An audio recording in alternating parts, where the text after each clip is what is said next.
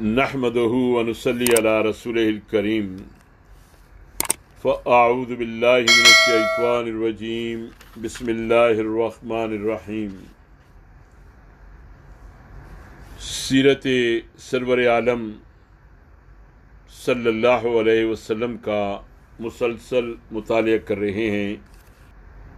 آج جس مضمون کا اس ضمن میں مطالعہ ہوگا اس کا عنوان ہے مذہب کا جاہلی تصور اور اسلامی تصور۔ مذہب کا جاہلی تصور اور اسلامی تصور۔ محمد صلی اللہ علیہ وسلم کی بعثت سے پہلے دنیا میں مذہب کا عام تصور یہ تھا کہ زندگی کے بہت سے شعبوں میں سے یہ بھی ایک شعبہ ہے، یا دوسرے الفاظ میں انسان کی دنیاوی زندگی کے ساتھ یہ ایک ضمیمے کی حیثیت رکھتا ہے تاکہ بعد کی زندگی میں نجات کے لیے ایک سرٹیفکیٹ کے طور پر کام آئے۔ اس کا تعلق کلیتاً صرف اس رشتے سے ہے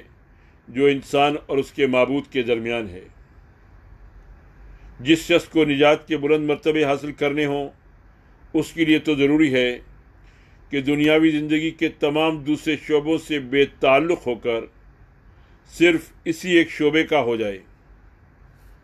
مگر جس کو اتنے بڑے مراتب مطلوب نہ ہوں بلکہ محض نجات مطلوب ہو اور اس کے ساتھ یہ خواہش بھی ہو کہ معبود ان پر نظر عنایت رکھے اور ان کو دنیاوی معاملات میں برکت عطا کرتے رہے، اس کے لیے بس اتنا کافی ہے کہ اپنے دنیاوی زندگی کے ساتھ اس ضمیمے کو بھی ساتھ لگائے رکھے۔ دنیا کے سارے کام اپنے ڈھنگ پر چلتے رہیں اور ان کے ساتھ چند مذہبی رسموں کو ادا کر کے معبود کو بھی خوش کیا جاتا رہے۔ انسان کا تعلق خود اپنے نفس سے، اپنے ابنائے نو سے، اپنے گرد و پیش کی ساری دنیا سے ایک الگ چیز ہے، اور اس کا تعلق اپنے معبود سے ایک دوسری چیز۔ ان دونوں کے درمیان کوئی ربط نہیں ہے۔ یہ تھا جاہلیت کا تصور، اور اس کی بنیاد پر کسی انسانی تہذیب و تمدن کی عمارت قائم نہ ہو سکتی تھی۔ تہذیب و تمدن کے معنی انسان کی پوری زندگی کے ہیں، اور جو چیز انسان کی زندگی کا محض ایک ضمیمہ ہو اس پر پوری زندگی کی عمارت ظاہر ہے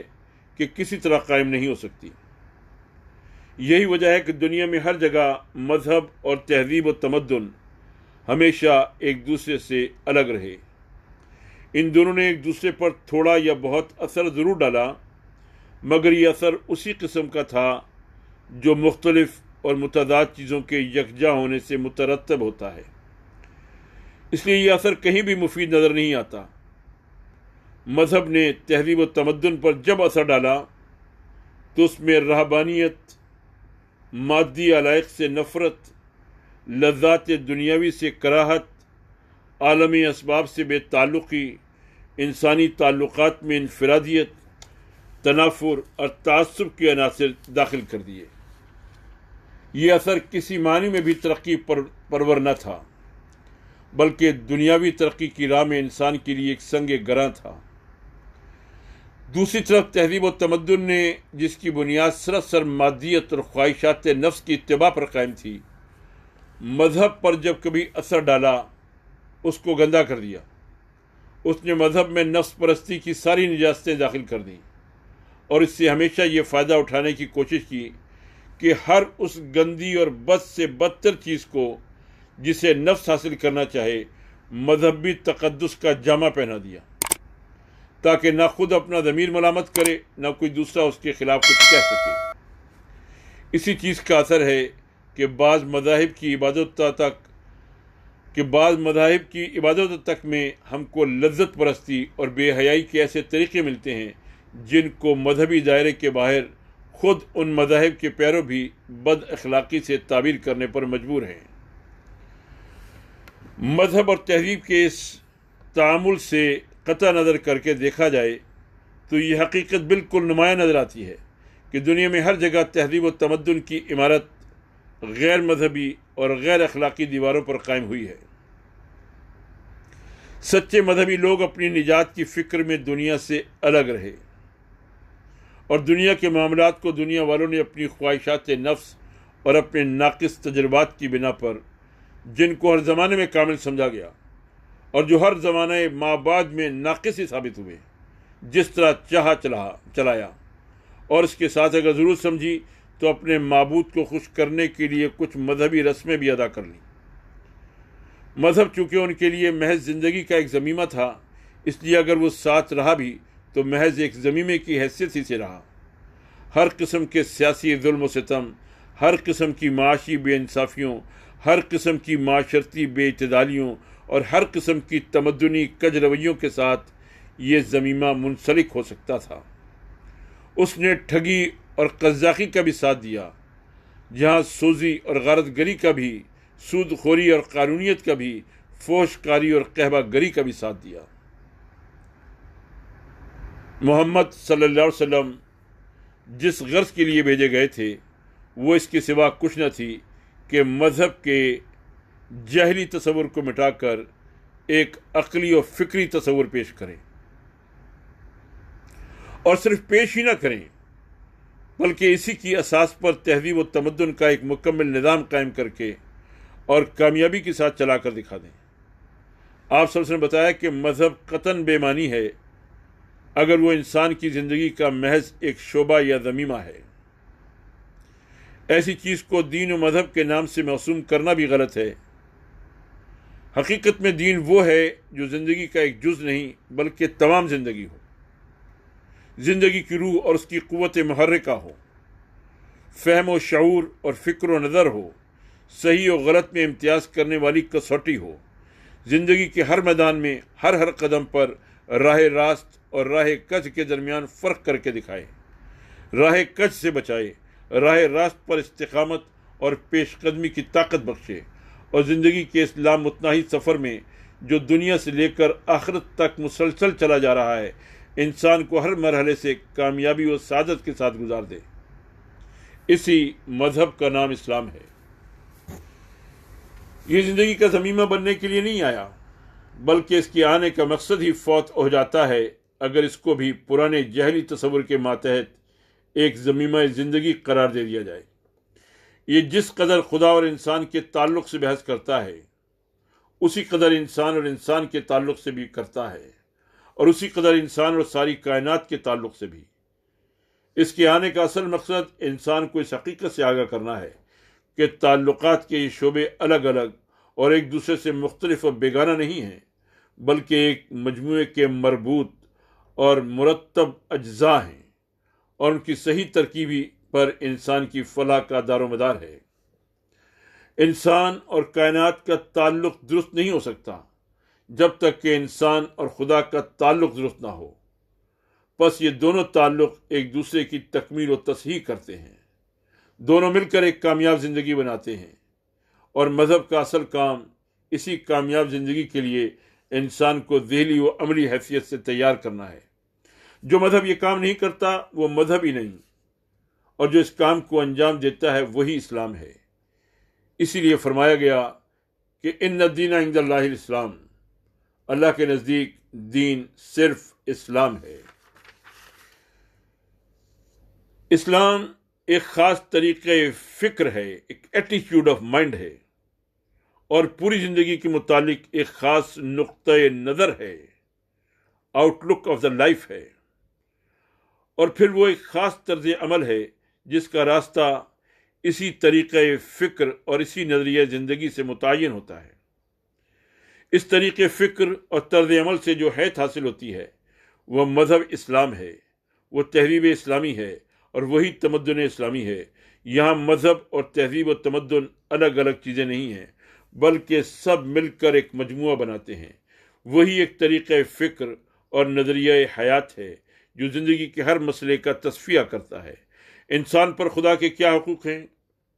خود اس کے اپنے نفس کے کیا حقوق ہیں، ماں باپ کے، بیوی بچوں کے اور عزیزوں اور قرابت داروں کے، پڑوسیوں اور معاملہ داروں کے، ہم مذہبوں اور غیر مذہب والوں کے، دشمنوں اور دوستوں کے، ساری نوع انسانی کے، حتیٰ کہ کائنات کی ہر چیز اور ہر قوت کے کیا حقوق ہیں۔ وہ ان حقوق کا تعین بھی کرتا ہے اور ان کے درمیان کامل توازن اور عدل بھی قائم کرتا ہے۔ ایک شخص کا مسلمان ہونا ہی اس امر کی کافی ضمانت ہے کہ وہ ان تمام حقوق کا پورے انصاف کے ساتھ ادا کرے، بغیر اس کے کہ ظلم کی راہ سے ایک حق کو دوسرے حق پر قربان کرے۔ پھر یہی طریقہ فکر اور نظریہ حیات انسان کی زندگی کا ایک بلند اخلاقی نصب العین اور ایک پاکیزہ روحانی منتہائے نظر معین کرتا ہے، اور زندگی کی تمام سعی و جہد کو، خواہ وہ کسی میدان میں ہو،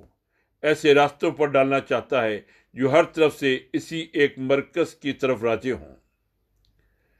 یہ مرکز ایک فیصلہ کن چیز ہے، اسی کے لحاظ سے ہر شے کی ویلیو ہے، قدر متعین کی جاتی ہے، اسی معیار پر ہر شے کو پرکھا جاتا ہے۔ جو شے اس مرکزی مقصد تک پہنچنے میں مددگار ہوتی ہے اسے اختیار کر لیا جاتا ہے، اور جو شے سد راہ ہوتی ہے اسے رد کر دیا جاتا ہے۔ فرد کی زندگی کو چھوٹے سے چھوٹے معاملات سے لے کر جماعت کی زندگی کے بڑے بڑے معاملات تک یہ معیار یکساں کار فرما ہے۔ وہ اس کا بھی فیصلہ کرتا ہے کہ ایک شخص کا اکل و شرب میں، لباس میں، صنفی تعلقات میں، لین دین میں، بات چیت میں، غیر زندگی کے ہر معاملے میں کن حدود کو ملحوظ رکھنا چاہیے تاکہ وہ مرکز مقصود کی طرف جانے والی سیدھی راہ پر قائم رہے اور ٹیڑھے راستوں پر نہ پڑ جائے۔ اس کا فیصلہ بھی کرتا ہے کہ اجتماعی زندگی میں افراد کے باہمی روابط کن اصولوں پر مرتب کیے جائیں، جن سے معاشرت، معیشت، سیاست، غرض ہر شعبہ زندگی کا ارتقاء ایسے راستوں پر ہو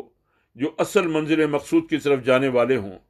اور وہ راہیں نہ اختیار کرے جو اس سے دور ہٹانے والی ہوں۔ اس کا فیصلہ بھی کرتا ہے کہ زمین و آسمان کی جن قوتوں پر انسان کو دسترس حاصل ہو اور جو چیزیں اس کے لیے مسخر کی جائیں، ان کو وہ کن طریقوں سے استعمال کرے تاکہ وہ اس کے مقصد کی خادم بن جائیں، اور کن طریقوں سے اجتناب کرے تاکہ اس کی کامیابی میں مانع نہ ہوں۔ اور اس کا فیصلہ بھی کرتا ہے کہ اسلامی جماعت کے لوگوں کو غیر اسلامی جماعتوں کے ساتھ دوستی میں اور دشمنی میں، جنگ میں اور صلح میں، اشتراکی اغراض میں اور اختلاف مقاصد میں، غلبے کی حالت میں اور مغلوبی کے دور میں، علوم و فنون کے اکتساب میں اور تہذیب و تمدن کے لین دین میں کن اصولوں کو ملحوظ رکھنا چاہیے تاکہ خارجی تعلقات کے ان مختلف پہلوؤں میں وہ اپنے مقصد کی راہ سے ہٹنے نہ پائیں، بلکہ جہاں تک ممکن ہو بنی نوع انسان کے ان نادان اور گمراہ افراد سے بھی طوعاً یا کرہن، شعوری یا غیر شعوری طور پر اس مقصد کی خدمت لے لیں جو اصل فطرت کے اعتبار سے ان کا بھی ایسا ہی مقصد ہے جیسا کہ پیروان اسلام کا ہے۔ غرض وہ ایک ہی نقطہ نظر ہے جو مسجد سے لے کر بازار اور میدان کارزار تک، طریقے عبادت سے لے کر ریڈیو اور ہوائی جہاز کے طریقے استعمال تک، غسل و وضو اور طہارت و استنجا کے جزوی مسائل سے لے کر اجتماعیات، معاشیات، سیاسیات اور بین الاقوامی تعلقات کے بڑے سے بڑے مسائل تک، مکتب کی ابتدائی تعلیم سے لے کر آثار فطرت کے انتہائی مشاہدات اور قوانین طبعی کی بلند ترین تحقیقات تک، زندگی کی تمام مسائل اور فکر و عمل کے تمام شعبوں کو ایک ایسی وحدت بناتا ہے جس کے اجزاء میں ایک مقصدی ترتیب اور ایک ارادی رابطہ پایا جاتا ہو، اور ان سب کو ایک مشین کے پرزوں کی طرح اس طرح جوڑتا ہے کہ ان کی حرکت اور تعامل سے ایک ہی نتیجہ برآمد ہو۔ مذہب کی دنیا میں یہ ایک انقلابی تصور تھا، اور جاہلیت کے خمیر سے بنے ہوئے دماغوں کی گرفت میں یہ تصور کبھی پوری طرح نہ آ سکا۔ آج دنیا میں علم و عقل کے اعتبار سے 6 صدی عیسوی کے مقابلے میں کس قدر آگے بڑھ چکی ہے، مگر آج بھی اتنے قدامت پرستی اور تاریخ خیالی موجود ہے کہ یورپ کی شورۂ آفاق یونیورسٹیوں میں اعلیٰ درجے کی تعلیم پائے ہوئے لوگ بھی اس انقلاب انگیز تصور کے ادراک سے اسی طرح عاجز ہیں جس طرح قدیم جاہلیت کے ان پڑھ اور کودن لوگ تھے۔ ہزاروں برس سے مذہب کا جو غلط تصور وراثت میں منتقل ہوتا چلا آ رہا ہے، اس کی گرفت دماغوں پر ابھی تک مضبوط جمی ہوئی ہے۔ عقلی تنقید اور علمی تحقیق کی بہترین تربیت سے بھی اس کے بند نہیں کھلتے۔ خانقاہوں اور مسجدوں کے تاریک حجروں میں رہنے والے اگر مذہبیت کے معنی گوشہ عزت میں بیٹھ کر اللہ اللہ کرنے کے سمجھیں اور دینداری کو عبادت کے دائرے میں محدود خیال کریں تو جائے تعجب نہیں کہ وہ تو ہیں ہی تاریخ خیال۔ جاہل عوام اگر مذہب کو باجے تازی اور گانے کے سوالات میں محدود سمجھیں تو یہ بھی مقام حیرت نہیں کہ وہ تو ہیں ہی جاہل، مگر یہ ہمارے پروردگان نور علم کو کیا ہوا کہ ان کے دماغوں سے بھی قدامت پرستی کی ظلمت دور نہیں ہوئی۔ وہ بھی مذہب اسلام کو انہی معنوں میں ایک مذہب سمجھتے ہیں جن میں ایک غیر مسلم قدیمی جاہلی تصور کے تحت سمجھتا ہے۔ دین حق کیا ہے؟ دین حق کیا ہے؟ قرآن جس دعوے کے ساتھ نوع انسان کو اپنے پیش کردہ مسلک کی طرف دعوت دیتا ہے، وہ خود اس کے اپنے الفاظ میں یہ ہے: ان الدین عند اللہ الاسلام، اللہ کے نزدیک دین صرف اسلام ہے۔ عموماً اس فقرے کا جو سیدھا سادہ مفہوم بیان کیا جاتا ہے وہ یہ ہے کہ سچا مذہب تو اللہ کے نزدیک بس اسلام ہی ہے، اور اسلام کا جو تصور عام طور پر لوگوں کے ذہن میں ہے وہ اس کے سوا کچھ نہیں کہ یہ ایک مذہب کا نام ہے جو اب سے 1300 برس پہلے عرب میں پیدا ہوا تھا، اور جس کی بنا حضرت محمد صلی اللہ علیہ وسلم نے ڈالی تھی۔ بنا ڈالی تھی کا لفظ میں قصداً اس لیے استعمال کر رہا ہوں کہ صرف غیر مسلم ہی نہیں بلکہ بکثرت مسلمان اور اچھے خاصے ذی علم مسلمانان بھی حضرت محمد صلی اللہ علیہ وسلم کو بانی اسلام کہتے اور لکھتے ہیں۔ گویا ان کے نزدیک اسلام کی ابتدا حضرت صلی اللہ علیہ وسلم ہی سے ہوئی، اور آپ صلی اللہ علیہ وسلم ہی اس کے بانی یعنی فاؤنڈر ہیں۔ لہذا جب ایک غیر مسلم قرآن کا مطالعہ کرتے ہوئے اس فقرے پر پہنچتا ہے ان الدین عند اللہ الاسلام، تو وہ یہ گمان کر کے سرسری طور پر اس سے گزر جاتا ہے کہ جس طرح ہر مذہب صرف اپنے ہی برحق ہونے اور دوسرے مذہبوں کے باطل ہونے کا مدعی ہے،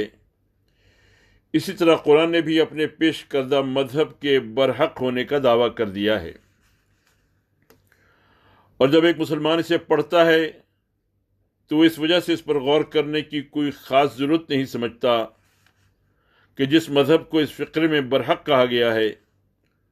اسے وہ خود بھی برحق مانتا ہے، یا اگر غور و فکر کے لیے اس کے ذہن میں کوئی تحریک پیدا ہوتی بھی ہے تو وہ بالعموم یہ رخ اختیار کر لیتی ہے کہ عیسائیت، ہندو مت، بدھ مت اور ایسے ہی دوسرے مذاہب سے اسلام کا مقابلہ کر کے اس کی حقانیت ثابت کی جائے۔ لیکن در حقیقت قرآن میں یہ مقام ایسا ہے جس پر ایک سنجیدہ طالب علم کو ٹھہر کر بہت غور کرنا چاہیے، اس سے زیادہ غور کرنا چاہیے جتنا اب تک اس پر کیا گیا ہے۔ قرآن کے اس دعوے کو سمجھنے کے لیے سب سے پہلے ہمیں الدین اور الاسلام کا مفہوم متعین کر لینا چاہیے۔ عربی زبان میں لفظ دین کئی معنوں میں آتا ہے۔ اس کے ایک معنی غلبہ اور استیلاء کے ہیں، دوسرے معنی اطاعت اور غلامی کے ہیں، تیسرے معنی جزا اور بدلہ کے ہیں، چوتھے معنی طریقہ اور مسلک کے ہیں۔ یہاں یہ لفظ اسی چوتھے معنی میں استعمال ہوا ہے، یعنی دین سے مراد وہ طریقہ زندگی یا طرز فکر و عمل ہے جس کی پیروی کی جائے۔ دین سے مراد وہ طریقہ زندگی یا طرز فکر و عمل ہے جس کی پیروی کی جائے۔ لیکن خیال رہے کہ قرآن محض دین نہیں کہہ رہا بلکہ الدین کہہ رہا ہے۔ اس سے معنی میں وہی فرق واقع ہو جاتا ہے جو انگریزی زبان میں دس از اے وے آف لائف کہنے کے بجائے دس از دا وے آف لائف کہنے سے واقع ہوتا ہے۔ یعنی قرآن کا دعویٰ یہ نہیں ہے کہ اللہ کے نزدیک اسلام ایک طریقہ زندگی ہے، بلکہ اس کا دعویٰ یہ ہے کہ اسلام ہی ایک حقیقی اور صحیح طریقہ زندگی یا طرز فکر و عمل ہے۔ اسلام ہی ایک حقیقی اور صحیح طریقہ زندگی یا طرز فکر و عمل ہے۔ پھر یہ بھی ذہن نشین رہے کہ قرآن اس لفظ کو کسی محدود معنی میں استعمال نہیں کرتا، بلکہ وسیع ترین معنی میں استعمال کرتا ہے۔ طریقہ زندگی سے اس کی مراد زندگی کے کسی خاص پہلو یا کسی خاص شعبے کا طریقہ نہیں، بلکہ پوری زندگی کا طریقہ ہے۔ الگ الگ ایک شخص کی انفرادی زندگی ہی کا طریق نہیں، بلکہ بحیثیت مجموعی سوسائٹی کا طریق بھی ہے۔ ایک خاص ملک یا ایک خاص قوم یا ایک خاص زمانے کی زندگی کا طریق نہیں، بلکہ تمام زمانوں میں تمام انسانوں کی انفرادی اور اجتماعی زندگی کا طریق ہے۔ لہذا قرآن کے دعوے کا مفہوم یہ نہیں ہے کہ اللہ کے نزدیک پوجا پاٹ اور عالم بالا کے اعتقاد اور حیات بعد الممات کے تصور کا ایک صحیح مجموعہ وہی ہے جس کا نام اسلام ہے۔ نہ اس کا مفہوم یہ ہے کہ افراد انسانی کے مذہبی طرز خیال و عمل، جیسا کہ لفظ مذہبی کا مفہوم آج کل مغربی اصطلاح میں لیا جاتا ہے، کہ ایک صحیح صورت وہی ہے جسے اسلام سے تعبیر کیا گیا ہے۔ نہ اس کا مفہوم یہ ہے کہ عرب کے لوگوں یا فلاں صدی تک کے انسانوں یا فلاں دور مثلاً صنعتی انقلاب سے پہلے تک کے آدمیوں کے لیے ایک صحیح نظام زندگی وہی ہے جس کو اسلام سے موسوم کیا گیا ہے، بلکہ صحیح طور پر اس کا دعویٰ یہ ہے کہ ہر زمانے اور ہر دور میں پوری نوع انسانی کے لیے زمین پر زندگی بسر کرنے کا ایک ہی ڈھنگ اللہ کے نزدیک صحیح ہے، اور وہ ڈھنگ وہی ہے جس کا نام اسلام ہے۔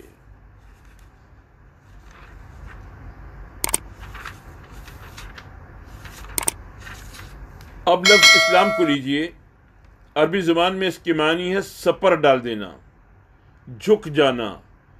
اطاعت قبول کر لینا، اپنے آپ کو سپرد کر دینا۔ مگر قرآن محض اسلام نہیں بولتا، بلکہ الاسلام بولتا ہے، جو اس کی خاص اصطلاح ہے۔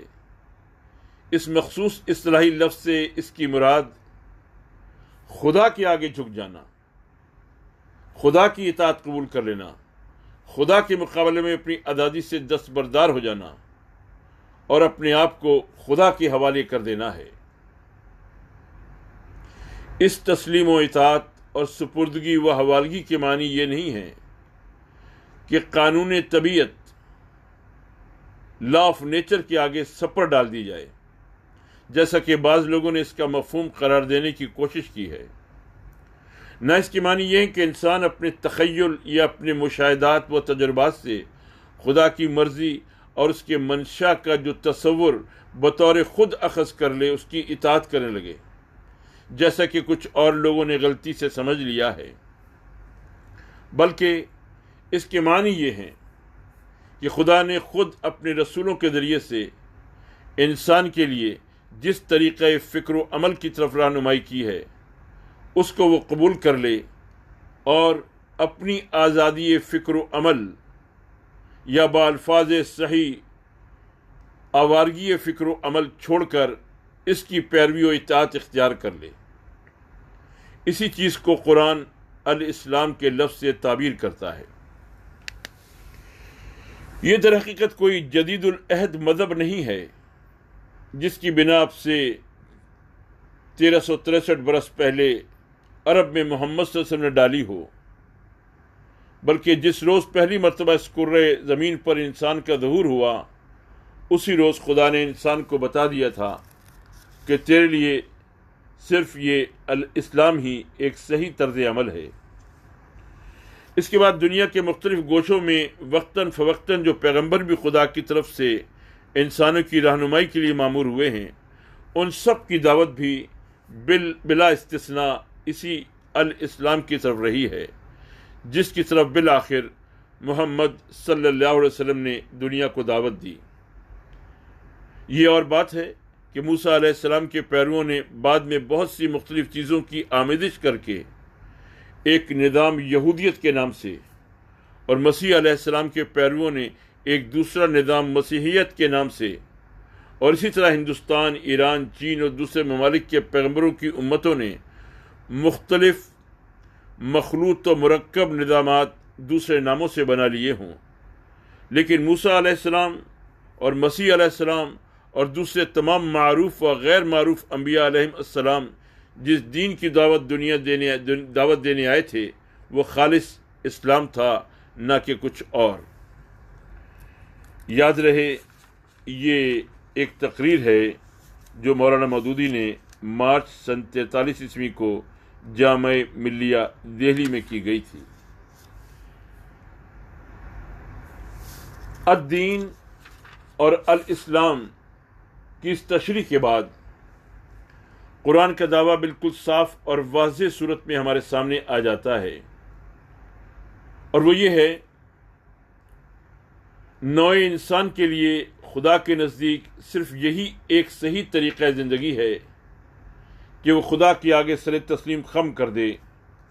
اور فکر و عمل کی اس راہ پر چلے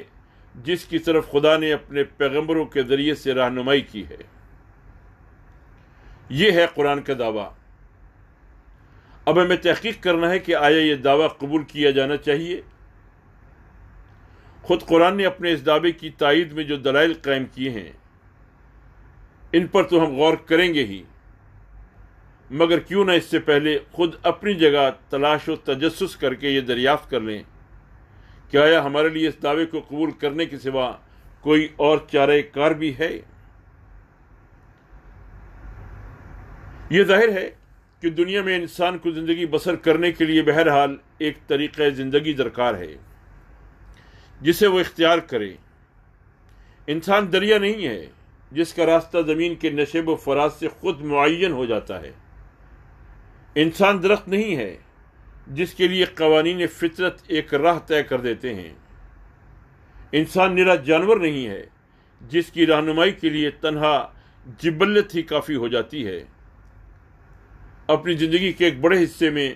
قوانین طبیعت کا محکوم ہونے کے باوجود انسان زندگی کے بہت سے ایسے پہلو رکھتا ہے جن میں اسے کوئی لگا بندھا راستہ نہیں ملتا کہ حیوانات کی طرح بے اختیار اس پر چلتا رہے، بلکہ اس کو اپنے انتخاب سے خود ایک راہ اختیار کرنی پڑتی ہے۔ اس کو فکر کی ایک راہ چاہیے جس پر وہ اپنے اور کائنات کے ان بہت سے مسائل کو حل کرے جنہیں فطرت اس کے سوچنے والے دماغ کے سامنے پیش تو کرتی ہے، مگر ان کا کوئی حل غیر مشتبہ زبان میں نہیں بتاتی۔ اس کو علم کی ایک راہ چاہیے جس پر وہ ان معلومات کو منظم کرے جنہیں فطرت اس کے حواس کے ذریعے سے اس کے ذہن تک پہنچاتی تو ہے، مگر انہیں بطور خود منظم کر کے اس کے حوالے نہیں کر دیتی۔ اس کو شخصی برتاؤ کے لیے ایک راہ چاہیے جس پر وہ اپنی ذات کے بہت سے ان مطالبات کو پورا کرے جن کے لیے فطرت تقاضا تو کرتی ہے، مگر انہیں پورا کرنے کا کوئی مہذب طریقہ معین کر کے نہیں دے دیتی۔ اس کو گھریلو زندگی کے لیے، خاندانی تعلقات کے لیے، معاشی معاملات کے لیے، ملکی انتظام کے لیے، بین الاقوامی ربط و تعلق کے لیے اور زندگی کے بہت سے دوسرے پہلوؤں کے لیے بھی ایک راہ درکار ہے جس پر وہ محض ایک شخص کی حیثیتی سے نہیں بلکہ ایک جماعت، ایک قوم، ایک نوع کی حیثیت سے بھی چلے اور ان مقاصد تک پہنچ سکے جو اگرچہ فطرتاً اس کے مقصود و مطلوب ہیں، مگر فطرت نے نہ تو ان مقاصد کو صریح طور پر ان کے سامنے نمایاں کیا ہے اور نہ ان تک پہنچنے کا ایک راستہ معین کر دیا ہے۔ زندگی کے یہ مختلف پہلو جن میں کوئی ایک طریق اختیار کرنا انسان کے لیے ناگزیر ہے، بجائے خود مستقل شعبے اور ایک دوسرے سے بے نیاز محکمے نہیں ہیں۔ اس بنا پر یہ ممکن نہیں ہے کہ ان مختلف شعبوں کے لیے انسان ایسی مختلف راہیں اختیار کر سکتا ہو جن کی سمتیں الگ ہوں، جن کے ذات راہ الگ ہوں، جن پر چلنے کے ڈھنگ اور انداز الگ ہوں، جن کی راہ نوردی سے کے مقتضیات الگ ہوں اور جن کی منازل مقصود الگ ہوں۔ انسان اور اس کی زندگی کے مسائل کو سمجھنے کی ایک ذرا سی دانشمندانہ کوشش ہی آدمی کو اس پر مطمئن کرنے کے لیے کافی ہے کہ زندگی بحیثیت مجموعی ایک کل ہے، جس کا ہر جز دوسرے جز سے اور ہر پہلو دوسرے پہلو سے گہرا ربط رکھتا ہے، ایسا ربط جو توڑا نہیں جا سکتا۔ اس کا ہر دوسرے جز پر اثر ڈالتا ہے اور اس سے اثر قبول کرتا ہے۔ ایک ہی روح تمام اجزاء میں سرایت کیے ہوئے ہوتی ہے اور وہ سب مل کر وہ چیز بناتے ہیں جسے انسانی زندگی کہا جاتا ہے۔ لہذا فی الواقع جو چیز انسان کو درکار ہے وہ زندگی کے مقاصد نہیں بلکہ مقصد ہے، جس کے ضمن میں سارے چھوٹے بڑے مقاصد پوری موافقت کے ساتھ اپنی جگہ لے سکیں اور جس کے حصول کی کوشش میں وہ سب حاصل ہو جائیں۔ اس کو راستے نہیں بلکہ راستہ درکار ہے، جس پر وہ اپنی پوری زندگی کو اس کے تمام پہلوؤں سمیت کامل ہم آہنگی کے ساتھ اپنے مقصود حیات کی طرف لے چلے۔ اس کو فکر، علم، ادب، آرٹ، تعلیم، مذہب، اخلاق، معاشرت، معیشت، سیاست، قانون وغیرہ کے لیے الگ الگ نظامات نہیں بلکہ ایک جامع نظام درکار ہے جس میں یہ سب ہمواری کے ساتھ سموئے جا سکیں، جس میں ان سب کے لیے ایک ہی مزاج اور ایک ہی طبیعت رکھنے والے مناسب اصول موجود ہوں، اور جس کی پیروی کر کے آدمی اور آدمیوں کا مجموعہ اور من حیث الکل پوری آدمیت اپنے بلند ترین مقصود تک پہنچ سکے۔ وہ جہلیت کا تاریک دور تھا جب زندگی کو مستقل جداگانہ شعبوں میں تقسیم کرنا ممکن خیال کیا جاتا تھا۔ اب اگر کچھ لوگ اس طرز خیال کی محمل گفتگو کرنے والے موجود ہیں تو بیچارے یا تو اخلاص کے ساتھ پرانے خیالات کی فضا میں اب تک سانس لے رہے ہیں، اس لیے قابل رحم ہیں، یا پھر وہ ظالم حقیقت کو خوب جانتے ہیں مگر جان بوجھ کر یہ گفتگو صرف اس لیے کر رہے ہیں کہ جس دین کو وہ کسی انسانی آبادی میں رائج کرنا چاہتے ہیں اس کے اصولوں سے اختلاف رکھنے والوں کو انہیں یہ اطمینان دلانے کی ضرورت ہے کہ ہمارے اس دین کے تحت تمہیں زندگی کے فلاں شعبوں میں جو بدقسمتی سے تم کو عزیز تر ہیں پورا تحفظ حاصل رہے گا۔ حالانکہ یہ تحفظ عقلاً محال، فطراً ممتنع، عملاً ناممکن ہے، اور اس طرح کی گفتگو کرنے والے خود بھی جانتے ہیں کہ یہ ناممکن ہے۔ ہر دین غالب زندگی کے تمام شعبوں کو اپنی روح اور اپنے مزاج کے مطابق ڈھال کر ہی رہتا ہے، جس طرح ہر کان نمک ان تمام چیزوں کو مبدل بنمک کر کے ہی رہتی ہے جو اس کی حدود میں داخل ہو جائیں۔ وما علینا الا البلاغ۔